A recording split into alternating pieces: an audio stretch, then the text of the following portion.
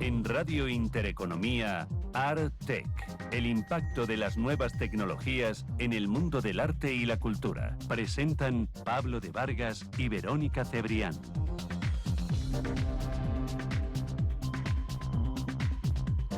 Muy buenas noches a todos desde el equipo de ARTech, formado por Verónica Cebrián, Gemma González, nuestra técnica de sonido, y yo mismo. Les damos la bienvenida a esta tercera temporada de ARTech.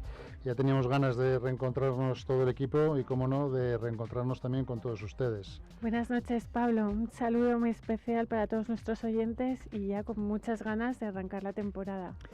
Pues hoy comenzamos, como decíamos, la nueva temporada que afrontamos con mucha ilusión y que trae consigo algunas novedades. La primera de ellas es la emisión, eso sí, de momento en pruebas, del programa en streaming.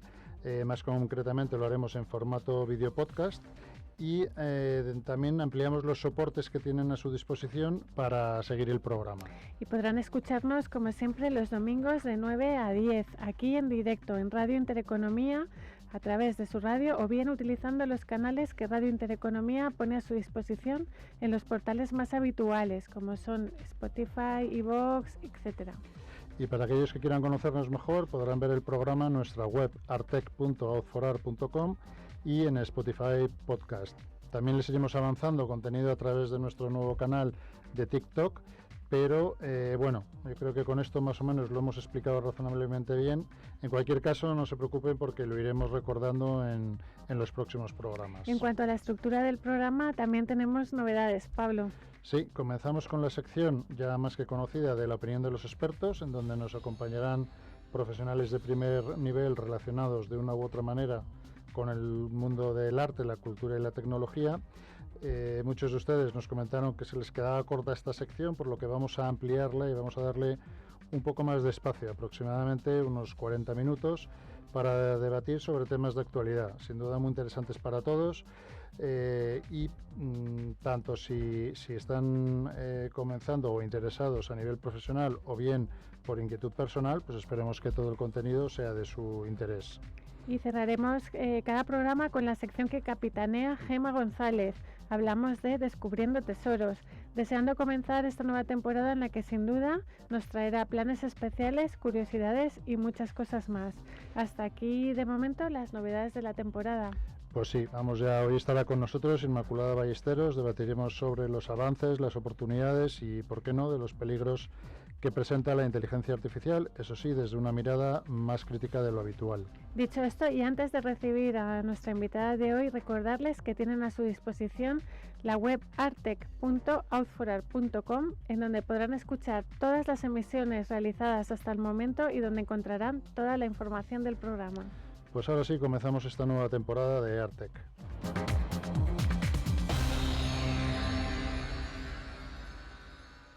El máster en entornos inmersivos Web3 e innovación cultural de Web3 School Management les ofrece este espacio.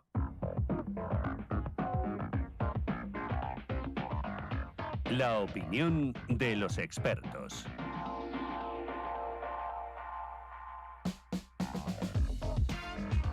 Pablo, lo anunciábamos al inicio del programa, hoy contamos con la presencia de Inmaculada Ballesteros. Efectivamente, ya tenemos aquí a Inmaculada, directora del Observatorio de Cultura y Comunicación de la Fundación Alternativas, en la que ya es su segunda intervención en el programa. Muy buenas noches y muchas gracias por venir.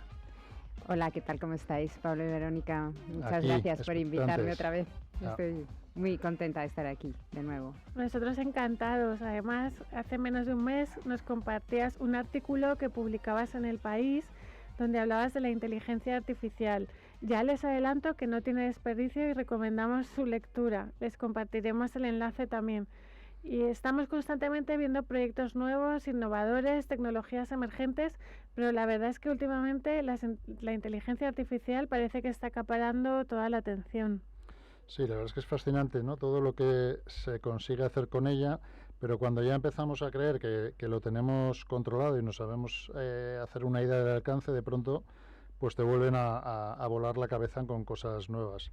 Como decía al principio, me gustaría que fuéramos algo críticos porque yo por lo menos, que me estoy empezando a ser un adicto a TikTok, Estoy viendo constantemente, ¿no?, vídeos de gente que recomienda cada vez más multitud de aplicaciones con ya no las típicas de ChatGPT, BART y la nueva de Meta, sino que es que tienes, yo tengo aquí algunas apuntadas, traducción de textos es DeepL, la de Valley de Microsoft. Tienes para hacer creación de copies, clonar tu propia voz y luego crear contenido y que se lea con tu voz y así no tienes ni que hablar. O sea, no sé, hay cosas ya que a mí se me salen un poco, ¿no? Y parece que no hay límite.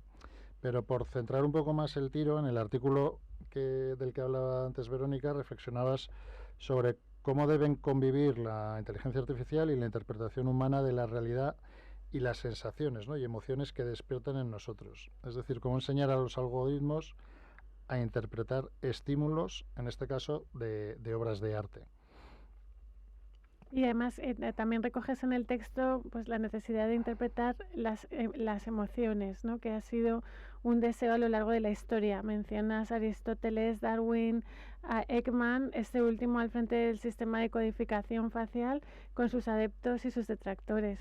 O sea, has investigado ahí a fondo y haces una puntualización que a mí me gustó mucho, que es que buscan desarrollar la idea de que la IA sea capaz de provocar emociones que favorezcan determinados comportamientos humanos, como inspirar creatividad o pensamiento innovador. O sea, ya no hablamos de solo enseñar a interpretar, sino enseñar a que generen obra que a su vez a nosotros nos produzca X sensaciones o emociones, ¿no? Entonces, no sé, o sea, ¿cómo ves tú con esta aproximación que has hecho? O sea, ¿hasta dónde podemos llegar? Porque ¿cómo se gestiona un equilibrio de este tipo? A mí me asusta un poco. No sé tú cómo lo ves. Bueno, hasta dónde podemos llegar no lo sabemos todavía, porque estamos empezando a conocer esta tecnología que además se está desarrollando con toda nuestra experiencia también. Mientras nosotros vamos experimentando, la tecnología también va aprendiendo de nosotros. Y sobre todo, el artículo surge después de empezar a investigar y con la intención básicamente de reivindicar el papel de las humanidades en el desarrollo de la tecnología y específicamente en la inteligencia artificial.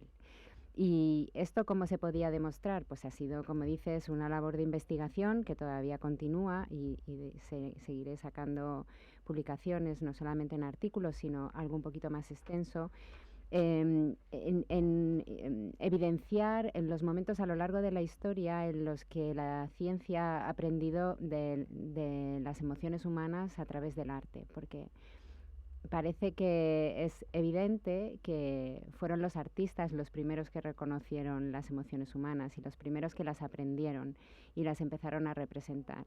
Y conforme ha ido evolucionando la tecnología, la manera más sencilla era pues aprender de estos artistas que ya conocían las emociones para replicar ese contenido en las herramientas tecnológicas. Y esto es un poco lo que hizo Ekman, pero Ekman empezó también a intentar desvincularse de los artistas y de esa subjetividad para que la tecnología no tuviera este elemento. Y os podéis imaginar la distopía. Algo contaminante en el proceso. Exactamente. Y yo creo, y desde luego mi posición es que es completamente lo contrario, que la tecnología tiene que estar humanizada. La manera de humanizar la tecnología es incorporar la experiencia artística al desarrollo de esa tecnología. Y bueno, si queréis ahora lo vamos desarrollando conforme vayamos hablando. Sí, totalmente. O sea, para mí hay una parte en lo que es o sea, la intencionalidad creativa y emocional, que es algo que a día de hoy parece que es esa parte subjetiva, es difícil que la inteligencia artificial la pueda replicar, ¿no? Claro, es muy difícil porque una de las herramientas digitales de todas estas que estáis diciendo, una de las herramientas de inteligencia artificial es la de lectura de las expresiones y bueno, todas esas mediciones biométricas que permiten reconocimiento facial y otra serie de herramientas similares, pero ese reconocimiento facial también lleva implícito reconocimiento, o la tecnología está intentando que ese reconocimiento facial vaya también a la vez desarrollando un reconocimiento de las emociones. Y esto es una cosa muy complicada, porque cada persona siente de manera diferente, lo expresa de manera diferente. Además, somos muy mentirosos y podemos hacer que no nos afecta algo y mantener la cara inexpresiva completamente, pero por dentro estamos diciendo de todo. Exactamente. Y al revés, podemos fingir una sonrisa cuando estamos tristes, y todas estas cosas todavía las máquinas no son capaces de aprenderlas, o tienen que llegar a aprenderlas, puede llegar un momento en el que, desde luego, yo estoy convencida de que llegará ese momento, que se puedan acercar el máximo posible a entender la subjetividad humana, pero va a ser muy difícil, porque además los humanos somos, las personas somos imprevisibles completamente, y tenemos ese punto de improvisación inesperada que no respondemos a patrones claros al 100%. Siempre existe un porcentaje de improvisación, y aquí la tecnología tendrá que calcular, creo que es un trabajo bastante complejo. Claro, ahí lo que pasa es que es un poco lo que comentabas, que o sea, el punto es, si no quieres meter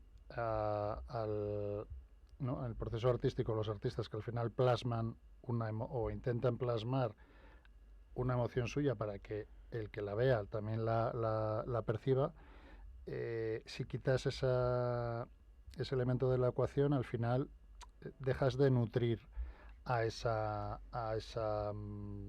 digamos, gran base de datos que tiene que utilizar la inteligencia artificial para poder ser capaz de generar, ¿no? Entonces, es verdad lo que tú dices también, claro, que si te fijas en el ser humano, pues cada uno tiene sus recursos, sus triquiñuelas, pero yo creo que al final, no sé si sería una cuestión de volumen, ¿no? O sea, es decir, como le puedes dar, o sea, cuantas más imágenes o más datos, ¿no?, en definitiva, le puedas meter para que el algoritmo sea capaz de ser cada vez un poco más preciso, al final, por fallos humanos de unos y de otros, al final supongo que todos nos complementaremos, ¿no? O sea, sí, habrá alguna manera de... claro, definitivo no sabes, pero tampoco, porque será cada vez más, ¿no?, estará más aproximado, pero no sabes nunca si va a ser definitivo. Pero un artista que hace una obra tampoco tiene la certeza de que va a ser capaz de plasmar algo que a nosotros, a lo mejor 200 años después, vayamos a sentir eso mismo, ¿no? O sea, una incertidumbre siempre hay. Sí, y de hecho hay un estudio en la Universidad de Chicago que habla precisamente de esto. Hay un estudio de las emociones que provocan determinadas obras de arte, y bueno, se han estudiado con grupos de personas la respuesta que han tenido a estímulos generados por obras de arte de toda la historia del arte, y como dices, difiere mucho una obra que a lo mejor quería conmover, ya en la época actual a lo mejor no termina de conmover tanto. Hay detalles que pueden modificarse, pero bueno, al final pues las sensaciones son más o menos similares. De todas maneras, este estudio les está sirviendo también a los tecnólogos para identificar qué emociones generan determinados colores o determinadas formas en las personas, para después ellos poder trabajarlo de alguna manera en el diseño de su tecnología. Y bueno, aquí también sigue habiendo esa relación estrecha entre la creatividad y la tecnología, que está ayudando a avanzar en el desarrollo de la inteligencia artificial. Ahí pones un ejemplo súper claro, que es la Gioconda, ¿no? Al final dices, anda que no la ha visto, o sea, la ha visto millones de personas, y todavía después de todos estos años no hay un criterio único. Entonces, claro, ahí con eso hay que, ¿no? Hay que moverse en esas aguas, porque es que no lo veo yo tan fácil. Y bueno, y relacionado con los riesgos, ¿no? que puede presentar, para seguir con la conversación, o sea, uno, por ejemplo, desde mi punto de vista, uno de los riesgos que plantea es que esas obras generadas con inteligencia artificial no tengan la autenticidad o la originalidad de una obra plástica, debido precisamente a lo que estamos hablando, ¿no? Que no tenga esa profundidad emocional que el artista quiera plasmar en la creación de la obra, ¿no? Entonces, para mí eso es uno de los elementos clave, el cómo hacer que sienta, ¿no? Dicho de así de una manera un poco Sí. atrevida. Pues, a ver, esto también forma parte del proceso creativo, como tú sabes muy bien, Verónica. Esto, el uso de las herramientas de inteligencia artificial generativa para producir obras de arte está pasando, se está convirtiendo en la nueva normalidad, dicen algunos artistas. Hay que perderle un poquito el miedo a esto, porque es importante que en este momento de crecimiento y de desarrollo que está teniendo esta tecnología, pues los artistas puedan experimentar para ver hacia dónde les lleva, qué caminos nuevos pueden abrir, y que puedan generar o no determinadas emociones en el público que accede a sus obras, pues esto dependerá mucho de ellos, porque como sabéis, el artista interviene de alguna manera en el diseño del algoritmo para generar la obra final que es la que quiere, con lo cual hay una autoría clara por parte de la persona. Sería lo mismo aquí, para poner otro ejemplo que resulte evidente, sería lo mismo que con la cámara fotográfica. Cuando se inventó la cámara fotográfica, el fotógrafo tenía que manipular la cámara de manera que consiguiera el resultado que estaba buscando. En el caso de los algoritmos es lo mismo. El artista diseña esa tecnología para conseguir el resultado que busca, y eso siempre va a ir con el prueba-error y solamente funcionará con eso. Y está funcionando bastante bien. De hecho, sobre todo en Estados Unidos, que es donde más rápido ha crecido esta tecnología, porque es el origen Sí, llevan más tiempo también, ¿no? Llevan más tiempo, ahí tienen un ecosistema como más acostumbrado a este tipo de experimentos y demás. Está el mercado del arte generativo está funcionando muy bien y está creciendo. El último año las cifras eran un 17%, que es considerable. Y además otros estudios que se han llevado a cabo en el ámbito académico, en universidades de allí, han descubierto que las personas que están familiarizadas con la tecnología o tienen más herramientas o más habilidades digitales, están más cerca de disfrutar una obra generada por inteligencia artificial o a través de la inteligencia artificial. No digamos que es generada porque tiene que estar generada a través, porque es el artista, como decimos, que el que desarrolla o diseña esa tecnología para que produzca algo.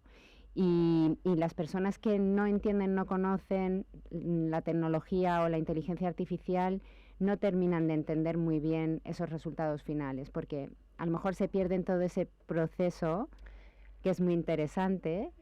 Estoy muy de acuerdo contigo, porque una de las dificultades en esas creaciones generativas es cómo el público o el espectador entiende precisamente cuál ha sido ese proceso de elaboración y de investigación, es el proceso creativo hasta llegar a generar esa obra, ¿no? Entonces también hay una labor divulgativa o de sensibilización de cómo qué se puede esperar al ir a ver una obra que ha sido generada por una inteligencia artificial o a través de una inteligencia artificial. Ajá. Claro, es que ahí al final, o sea, el ejemplo que ponías tú, o sea, si tú generas, o digamos, si la inteligencia artificial es capaz de generar una obra sin ninguna intervención, ¿no? Volviendo a la alusión que hacías a la fotografía, es como si tú ahora en una máquina de fotos lo pones todo en automático, ¿no? Al final quien hace la foto es la máquina. Entonces es importante, yo creo, que que exista una intervención en algún momento del artista, que llevándolo un poco a la práctica en inteligencia artificial, me imagino, o sea, el artista no va a estar modificando las tripas, por así llamarlo, del algoritmo, pero sí podrá meter cierto contenido, en principio entiendo que de texto, para que la inteligencia artificial tenga en cuenta eso que él aporta a la hora de generar el resultado, ¿no? Pero una inteligencia artificial que lo haga por sí sola, por mucho que se nutra de distintos artistas, a mí eso no me acaba de... O sea, no me acaba de convencer. A ver, es que por sí sola no lo genera. El algoritmo lo tienes que diseñar cada vez que quieras utilizar para producir algo. Ahora lo interesante es que hay muchos equipos creativos que están compuestos por artistas y por tecnólogos. Esto es muy interesante en las nuevas generaciones y hay que seguirlo. Hay uno que os recomiendo que sigáis, que se llama Obvious. Es un colectivo de artistas y tecnólogos, 3 personas que han estado trabajando en la generación de arte a través de algoritmos con la tecnología GAN, que es muy interesante de seguir, y que ellos subastaron en Christie's una de sus obras que alcanzó el precio de €500,000. Que esto es interesante. Y es cuando describen el proceso de generación de esta obra, te das cuenta de todo el trabajo que hay detrás, el trabajo de reflexión y creativo, porque primero entre los 3 se ponían de acuerdo para ver qué era lo que querían hacer. Esto, bueno, era una serie de 12 retratos que se alimentaron el algoritmo con una base de datos enorme que ellos seleccionaron a priori y que estuvieron reflexionando muy bien para entender qué era lo que querían buscar. Seleccionaron, creo que fueron alrededor de 15.000 retratos de la historia del arte, para con eso generar una base de datos que el algoritmo pudiera trabajar, con las que el algoritmo pudiera trabajar y generar algo nuevo a raíz de eso. Pero ellos tuvieron que diseñar el algoritmo para ver lo que querían buscar. Lo que querían buscar era un retrato en un determinado lenguaje artístico de una determinada persona con determinadas características, etcétera. Y pusieron el algoritmo a trabajar. Bueno, es interesante. Luego, si me invitáis otra vez, ya os contaré cómo funciona toda esa tecnología también, porque es bastante largo. Pero produjeron esta serie de 12 y que hicieron el experimento también, porque Christie's también estaba como a la expectativa, claro, ¿no? De ver cómo iba a responder. Cómo responde el mercado al final. Y el mercado respondió, y de hecho ha seguido funcionando muy bien. Y bueno, ellos, es una generación de artistas jóvenes que están viendo esto como el futuro, y ellos lo que quieren es seguir investigando por aquí. Por eso aquí entra también el dilema de la regulación. ¿Hasta qué momento vamos y hasta dónde vamos a regular? Ahora que estamos en el momento de regulación, tanto en Europa como en Estados Unidos, que son los espacios más garantistas donde nosotros nos movemos. Y entonces una regulación demasiado cerrada para la creatividad sería bastante aplastante, porque no les dejaría a lo mejor ir experimentando mucho. Sí, habría que buscar las alas de poder... Claro, habría que buscar esa vía de en medio para de qué manera proteges la propiedad intelectual, que esto es otro tema también, y de qué manera consigues dejar un campo de experimentación lo suficientemente amplio para poder seguir innovando. Y además que es uno de los desafíos, ¿no? Esa regulación, como lo que estás comentando, o sea, qué es lo que va a acotar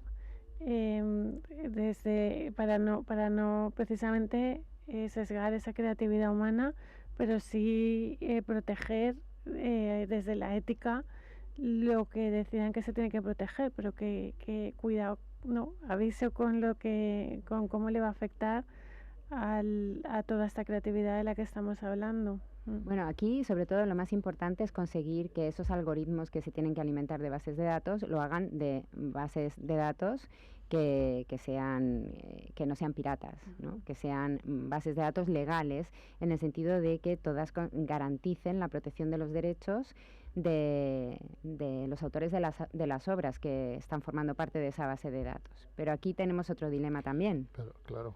Porque viene la cuestión de la transparencia.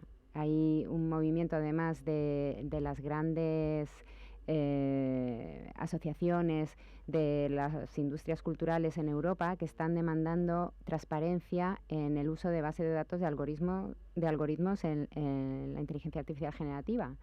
Pero aquí la dificultad está sobre todo en determinar cómo vamos a gestionar esa transparencia, porque también una empresa americana hizo un experimento, porque es sobre todo un experimento en el que explicó abiertamente las bases de datos que había utilizado en un proceso de inteligencia artificial generativa para crear una obra de arte y entonces publicó todas esas obras que eran pues como millones y muchos salieron diciendo que querían borrarse de esa base de datos, que no querían formar parte del entrenamiento de ese algoritmo y que querían salir.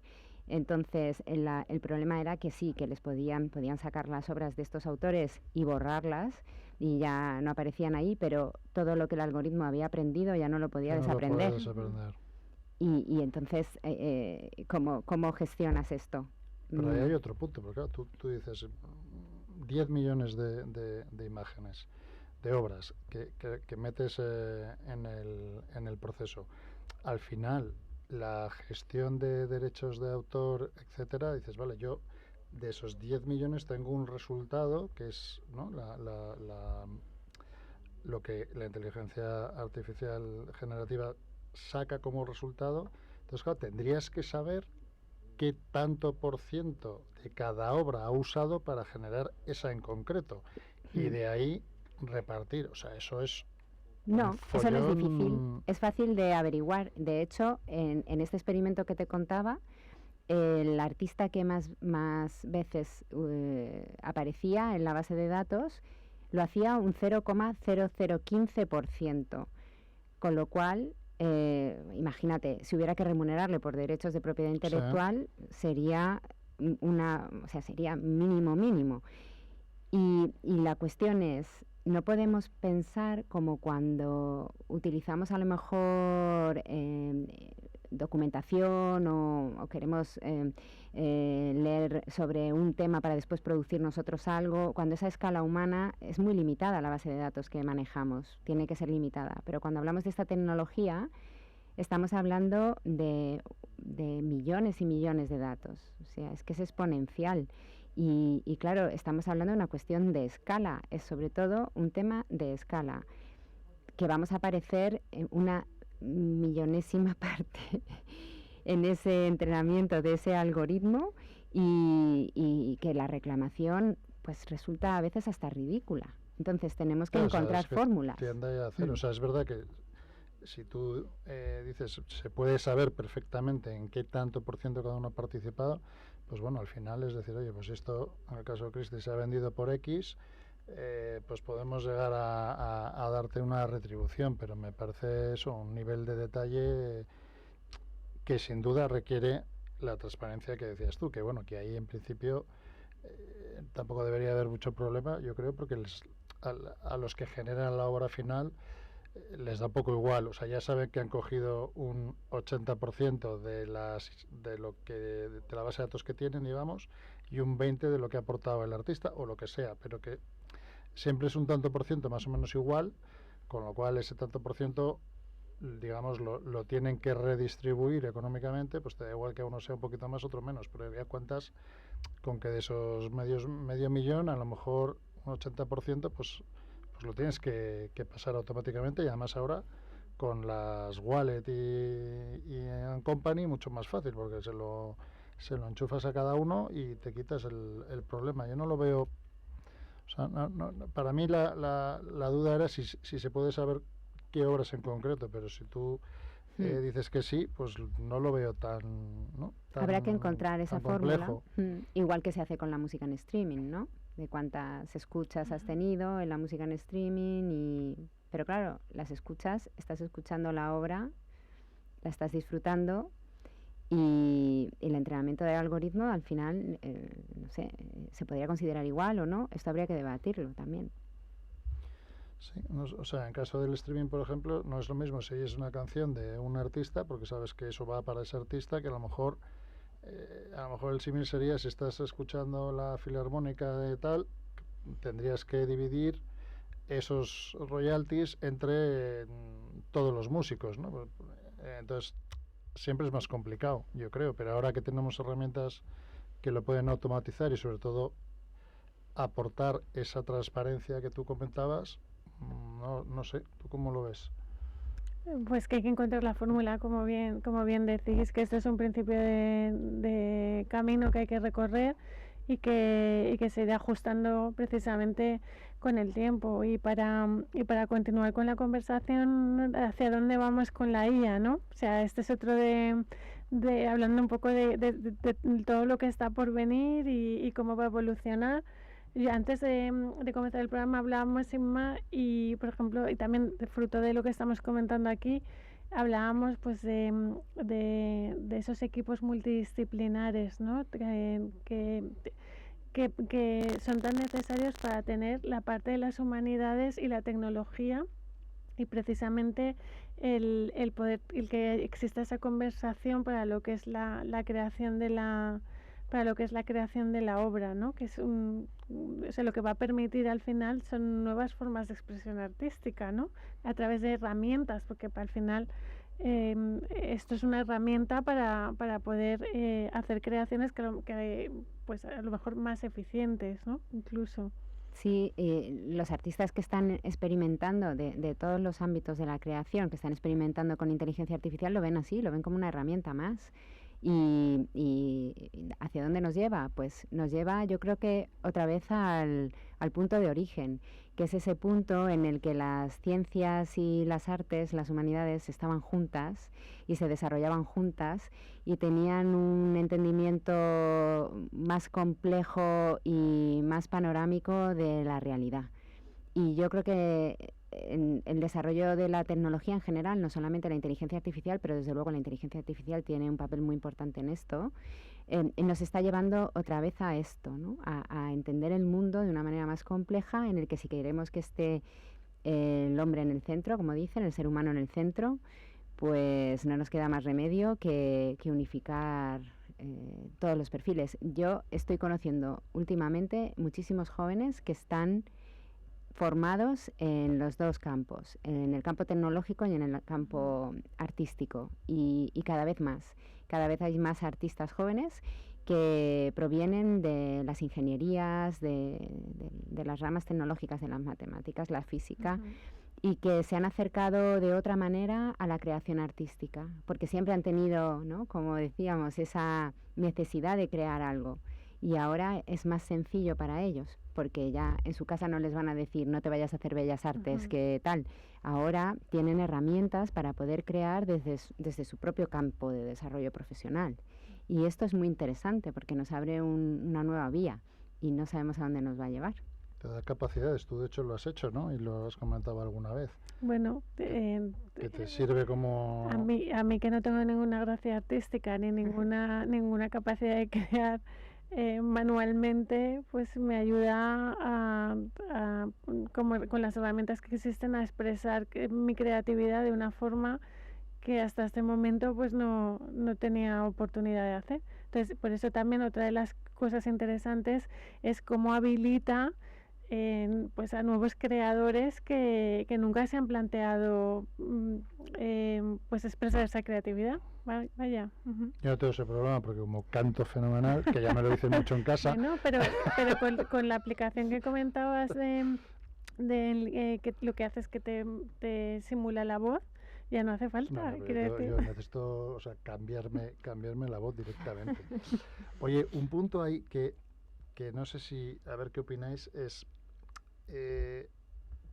partimos antes de que estuviera la inteligencia artificial, ¿no? Partimos de que el artista creaba y al final la gente le transmitía determinadas cosas, la obra de distintos artistas, pero ahora si metes a la inteligencia artificial en la misma coctelera, no deja de aparecer constantemente esa inteligencia artificial, y a mí lo que me da miedo es decir, bueno, a los artistas nuevos que quieren que están empezando y que quieren expresar, no van a antes estaban influenciados por determinados artistas o obra más de una época o de otra, pero ahora a lo mejor teniendo esa dosis de inteligencia artificial siempre, a lo mejor sí que estamos cortando un poco su apertura de mente, su experimentar más, porque está muy chulo experimentar con tecnología, pero al final, si todos empiezan a hacer lo mismo, ¿cómo te sales de ese...? Pero es que ellos siempre van a tener las referencias de la historia del arte detrás. Pero yo imagínate dentro de 50 años, los que empiecen a pintar van a estar como locos. O sea, evidentemente todo lo anterior no te lo quitas, pero si se empiezan a ensamblar tantos esos perfiles tecnológicos y artísticos que al final se mezclan, no sé. Pero yo creo que a lo largo de la historia, o sea, estamos viviendo momentos con distancia, ¿no? Donde como bien decía Inma, el arte y la ciencia confluyen y luego se van separando hasta volverse a encontrar, ¿no? Y ahí lo tenemos en la Grecia clásica con todos sus periodos, por ejemplo, ¿no? Desde el clásico al helenístico. Entonces, para mí lo emocionante, más que lo interesante ahora mismo, es que estamos siendo testigos de ese germen de hacia dónde va a evolucionar todo esto, ¿no? Sí, y lo hemos visto también en otros periodos de la historia, claro que sí. Hemos visto, por ejemplo, en el periodo romántico, que en ese momento se separa el arte de la ciencia, cuando Newton estaba en su momento más esplendoroso, se separó, fue la ciencia la que dijo que ya estaba avanzando de tal manera que era imposible que el arte pudiera seguirle y los dejaron como atrás, pero aún así estaban todavía, los creadores, los artistas estaban todavía siguiendo muy de cerca la ciencia y había ese litigio dialéctico entre unos y otros, entre los dos campos, pero no terminaban de desvincularse completamente. Eso ha sido como muy interesante. Luego acordaros también como a principios del siglo XX, cuando crecieron todos esos movimientos artísticos como el futurismo y el dadaísmo, que generaban formas de arte a veces incomprensibles, que pensábamos que se iba a cargar que iba a acabar con la tradición clásica.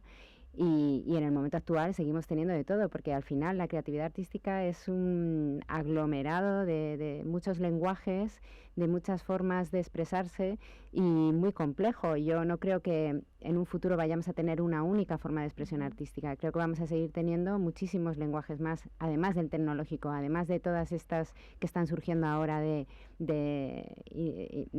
vinculación entre el arte y la ciencia. Además, seguirá habiendo gente que pinte con pincel, seguirá gente que escriba con lápiz y seguirán existiendo lenguajes de todo tipo.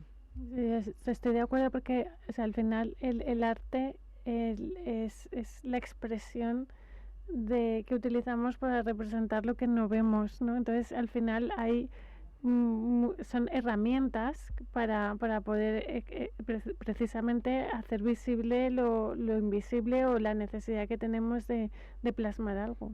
Pues sois partidarias de pensar que esto ya lo hemos vivido, ¿no? A lo largo de la historia con otro tipo de retos y que siempre va a perdurar esa... Es la curva. Esa necesidad de crear y que no va a estar influenciado, que van a ser capaces de superar, o sea, van a ver todo esto que se genera ahora como una cosa más, ¿no? Como una corriente artística dentro de X tiempo. Habrá que ver me parece bien, ¿eh? O sea, habrá que ver cómo evoluciona, porque todo tiene su intensidad y tiene su momento, o sea, y puede ser pues es que se separen, que se junten, pero con un nivel de intensidad con la que se produzcan y qué consecuencias tiene, pero o sea, sí, en general esto ya pasa en la historia, con ejemplos como bien nos contaba Inma. También acordaros cuando se inventó la imprenta, que eso sí que fue la revolución más grande que ha sufrido la humanidad. Para mí es la más importante. Estamos en un momento similar, parecido, y todavía hay manuscritos, todavía hay gente que escribe que es residual, que no es lo habitual, pero también le da otro encanto, ¿no? a ese tipo de producción. Totalmente, vamos, yo en eso soy muy fan. Luego está la elección de la experiencia, que tú como consumidor, espectador o visitante de cualquier museo o cualquier exposición quieras sentir? Pero siempre hay tendencia, o sea, yo creo que hay tendencia, es igual que cuando vas al cine. O sea, si de repente la industria te está marcando determinados tipos de pelis, al final, no te digo que sea, o sea, que entres ahí en un túnel del que no puedes salir, pero que yo creo que siempre hay formas de llevar a la gente hacia un lado o hacia otro, ¿no? Pero bueno, que sí, que hay que claro, hay pero que esperar, Pablo, no nos equivoquemos. Una cosa es el mercado y otra cosa es la creación. Que esté fuera del mercado o no, eso es independiente. La creación, la creatividad seguirá expresándose de múltiples formas. Que luego el mercado monopolice un determinado lenguaje o una determinada forma de crear, eso es independiente. Bueno, no sé, a mí o sea, mientras siga habiendo esa primera parte de que se sigue generando arte, independientemente de, que también siempre ha pasado, ¿no?, de las tendencias.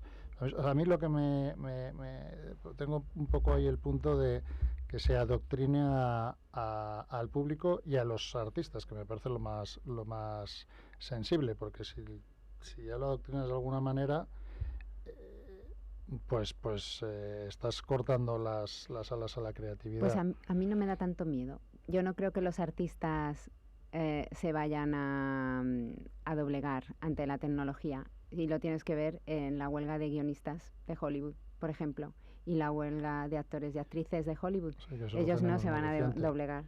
Y eso va a pasar en todos los ámbitos de la creación. Así es.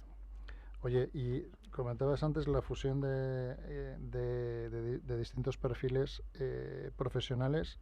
¿Cómo creéis? Porque, y hablábamos antes de la imprenta, o sea, todo lo que es la tecnología que está surgiendo, y en concreto la inteligencia artificial, ¿crees que va a llevar cambios en la forma que tiene la gente de trabajar, en las carreras o en los estudios que tendrán que cursar? Porque esto yo creo que o sea, que tiene un calado importante a nivel social, ¿no? Claro que sí. Además, España está muy bien posicionada porque somos uno de los países de la Unión Europea y del mundo que mejor conectividad tiene.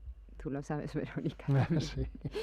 Y uno de los déficits que tenemos es el tema de la formación en habilidades digitales de la población.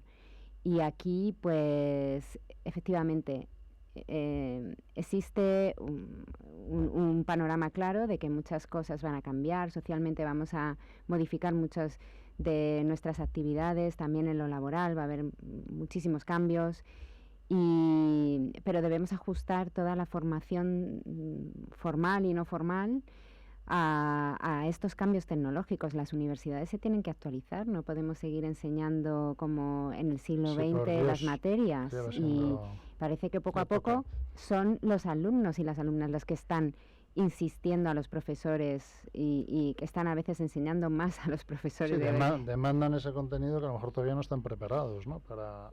Eso es. Entonces, yo creo que ese es el gran reto que tenemos y a cualquier edad es importante intentar aprender a manejar el mayor número posible de herramientas. Pues me encantaría que siguiésemos conversando, pero se nos ha pasado el tiempo volando. Y nada, pues muchísimas gracias por haber aceptado la invitación. Esta es la segunda y esperemos que haya una tercera. Yo me he quedado con ganas de más. Sí, esto da para mucho más. Mucho gusto, muchas gracias.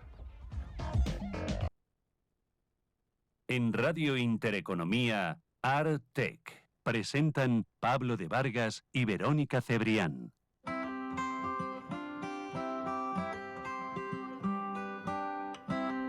Descubriendo tesoros. El servicio de visitas virtuales para galerías de arte de Out for Art patrocina esta sección.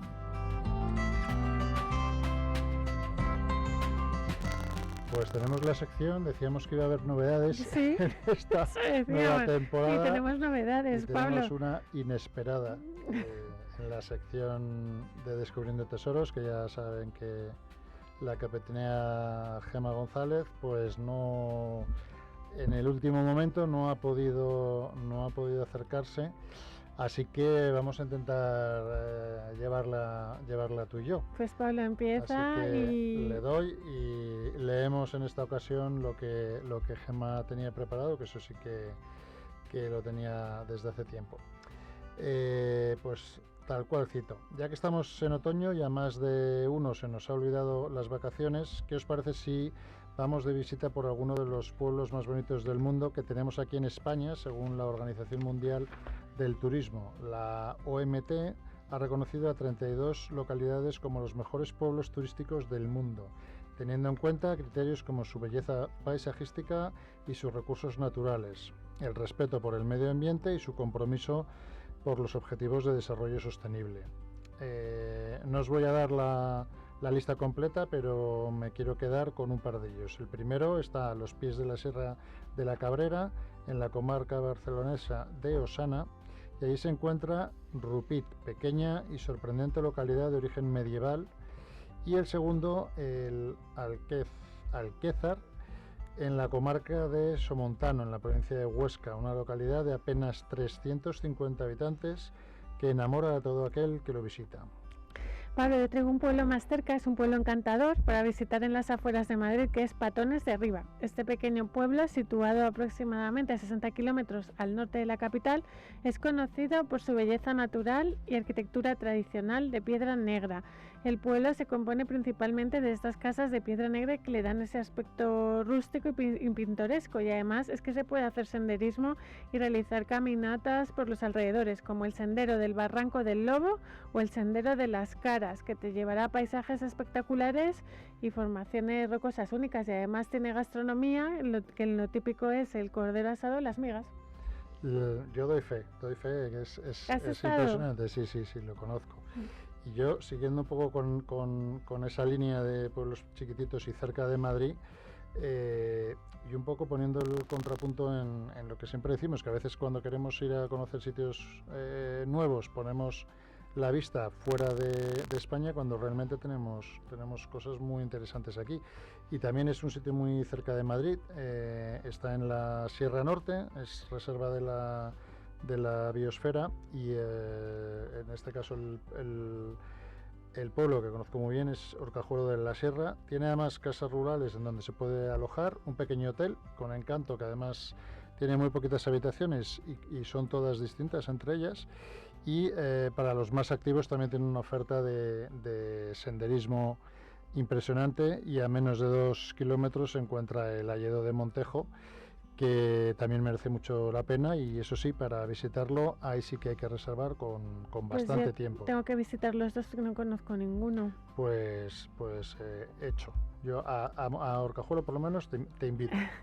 Oye, seguimos con lo que tenía preparado Gema. Decía, de los pueblos más bonitos pasamos a las casas flotantes, una nueva forma de vivienda que te conecta con la naturaleza y una alternativa al ladrillo tradicional que va ganando enteros. Overblue es una de las casas flotantes más lujosas del mundo. Es lo equivalente a un penthouse y ha sido especialmente diseñado para navegar mar adentro y disfrutar de su terraza, sus camas tamaño king size y su jacuzzi incluso muy lejos de la costa. Ahora existen versiones de 44 pies y 55 pies, y está prevista una tercera versión de 64 pies que equivalen a 19 metros y medio, que estará en un futuro próximo. Cada Overblue se puede personalizar de acuerdo con los gustos del cliente, y hasta aquí puedo leer con esta nueva sección. Pues yo lo que estaba pensando es en este tema de las casas flotantes, y estaba buscando para leer sobre bueno, qué opciones hay, y es que he encontrado en Idealista un artículo sobre casas barco, pero de 2018, o sea que fíjate que no es tan novedoso, o sea, y lo ofrecían como alternativa a la compra de vivienda con todos los lujos y comodidades, y costaban pues eso, del orden de entre 100.000 y 150.000 euros, pero además que tenían una pinta muy chula. Yo no sé, o sea, siempre, o sea, a mí siempre ha habido mucha gente que ha vivido, ¿no? Que yo pienso que son como nómadas de hoy en día que ha vivido en barcos desde hace muchísimos años. De hecho, yo conozco una familia que se pasaban 4 o 5 meses, toda la familia en el barco. Es verdad que iban buscando distintos amarres en los puertos y luego pues hacían su vida fuera del barco. Pero a ver, para decir, ¿no? Sustituyo mi casa por un barco, ya tiene que ser chulo el barco. O sea, por 100, 150.000 no encuentras. Yo creo que... Estas tenían buena pinta, te invito a que lo veas, que no estaban mal. Bueno, desde luego, si está tan bien como dice... un megayate, pero vamos, o sea, bueno, una cosa... Me parece un precio bastante razonable comparado con las viviendas que hay ahora, ¿no? Pero a mí sí me gustaría vivir la experiencia de unos meses, o sea, con una fecha de ida y otra de vuelta. Yo no lo tengo claro. A mí sí, un ratito sí. En plan hippilondio, una temporada sí me gustaría. Oye, vamos a la siguiente apartado, que bueno, en este caso no se puede personalizar al gusto del cliente, porque el viaje parte de Estambul y llega a Londres tras cruzar 22 países. Sí, dice que es el viaje en autobús más largo del mundo y dura 56 días, pasando por los Balcanes, Europa Occidental y finalmente llega a la capital británica. El viaje tiene un precio de 23.000 euros e incluye desayuno diario, 30 almuerzos y cenas y todas las estancias en hoteles durante el viaje. Madre mía, yo he estado echándole un ojo a este tipo de autobuses y aparte, bueno, pues tienen pinta de ser súper cómodos, ya te lo digo, me han sorprendido, es que no había visto yo un autobús de súper lujo para ir a hacer un viaje, pero lo que sí que he estado valorando, que con todas las horas que tienes que hacer de espera en los vuelos y en las puertas de embarque, pues es una opción como otra de ahorrar tiempo, ¿no? ¿Qué piensas? Bueno, 56 días, ahorrar tiempo.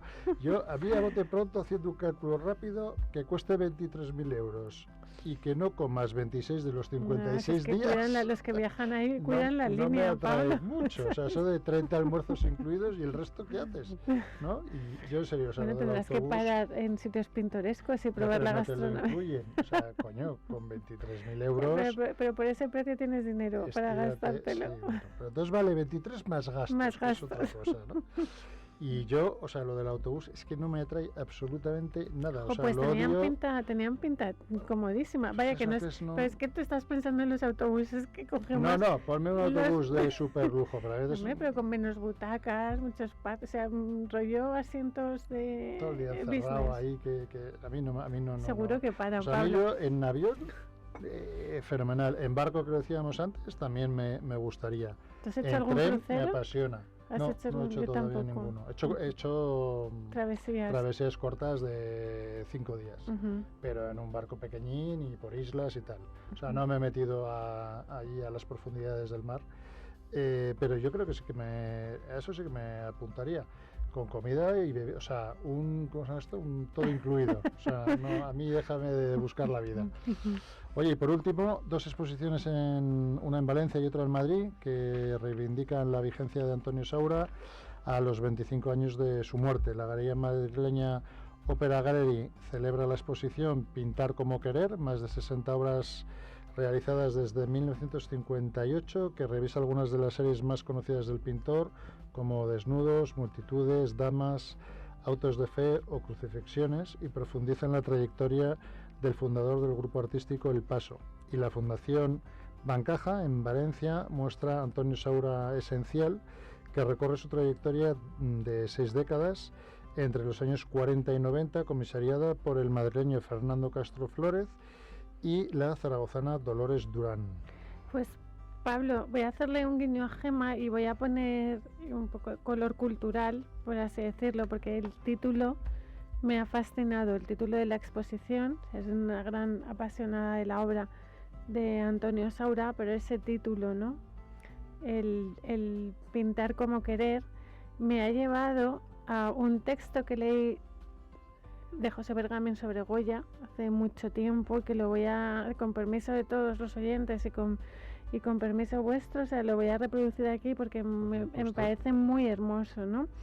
Decía así: el propio Goya, ¿no? Decía, no tengo ya vista ni pulso, no tengo pluma ni tintero, pero me sobra con la voluntad, decía, me queda sobrada voluntad. A lo que añadía Bergamín, decía Goya en vísperas de su muerte, con la voluntad, alguna vez dije que el genial pintor aragonés pintaba con el corazón en la mano, y que con el corazón en la mano no se puede pintar o se pinta mal.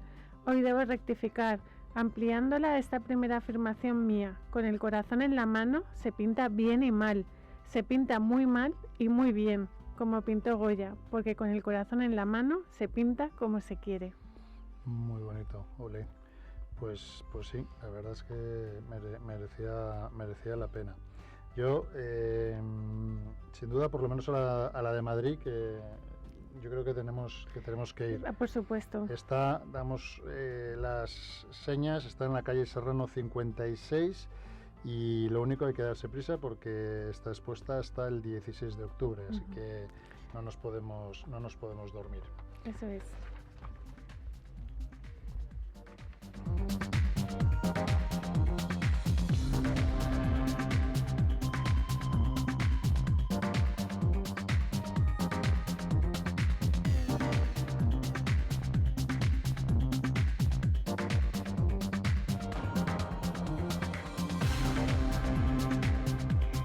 Pablo, llegamos ya al final del programa de hoy, con sorpresa incluida. Sorpresas varias. Como siempre, agradecemos su presencia a nuestra invitada de hoy, Inmaculada Ballesteros, y por supuesto a todos ustedes por acompañarnos una semana más. Y recuerden que si se han perdido alguno de nuestros programas, pueden escucharlos en nuestra web artec.outforart.com. Y aprovecho para recordarles también que en esta nueva temporada cambiamos de horario. Estaremos con ustedes los domingos de 9 a 10 de la noche y en nuestro nuevo canal de podcast en Spotify. Estén pendientes también porque todavía nos quedan novedades por desvelar para toda esta temporada. Que pasen una feliz semana. Muy buenas noches.